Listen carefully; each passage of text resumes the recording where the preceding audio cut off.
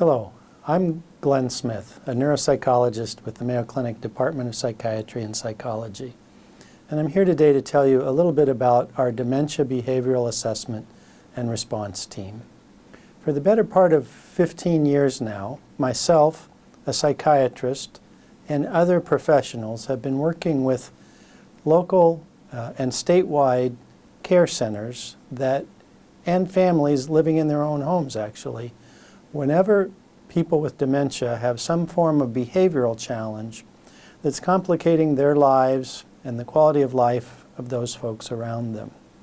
This issue has become especially salient in the past few years now that we've recognized that there are certain classes of medications, specifically antipsychotic medications, that pose a threat or a danger to survival in dementia patients. This has created more demand for teams like ours that can bring a multidisciplinary approach to the management and care of patients with dementia. We typically spend about an hour out in a facility.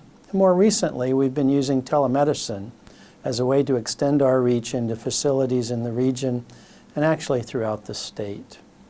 In this evaluation and intervention process, myself and a colleague, Dr. Bruce Suter, first evaluate the patient, their mental status, try and get an understanding of both how severe is their dementia and also the etiology of that dementia, because this can help us as we begin to formulate different forms of intervention.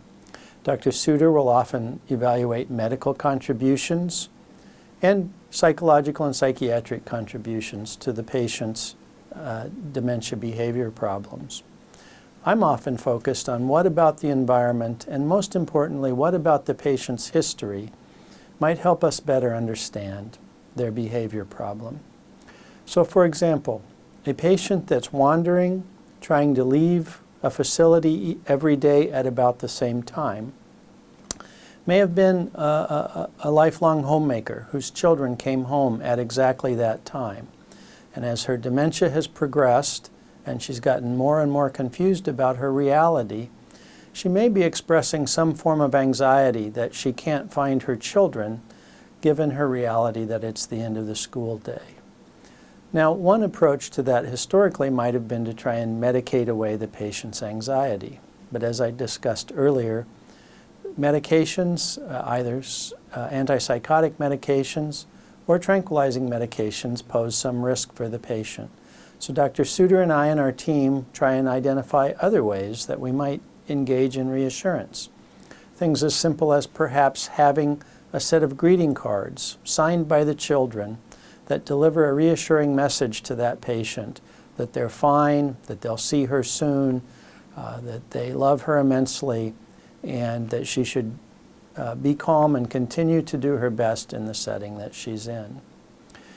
Assessing the etiology of the patient's dementia behavior problems can be critical because we expect certain forms of dementia to be associated with certain symptoms. So helping a facility understand that a patient who's having hallucinations might not be classically psychotic, but rather simply showing the manifestations of Lewy body disease may help that facility be comfortable with the notion that as long as those hallucinations aren't distressing, they can be tolerated by the patient or resident, the family, and even the facility. So understanding dementia severity and understanding the patient's history and understanding the patient's dementia etiology can all help our team contribute to an intervention plan that's not predicated solely on medications, but that uses a psychosocial, biobehavioral approach to dementia behavior management, in enhancing the quality of life of the resident or patient and providing tools and skills to the family and facility. Again, I'm Glenn Smith, a neuropsychologist with the Department of Psychiatry and Psychology at Mayo Clinic.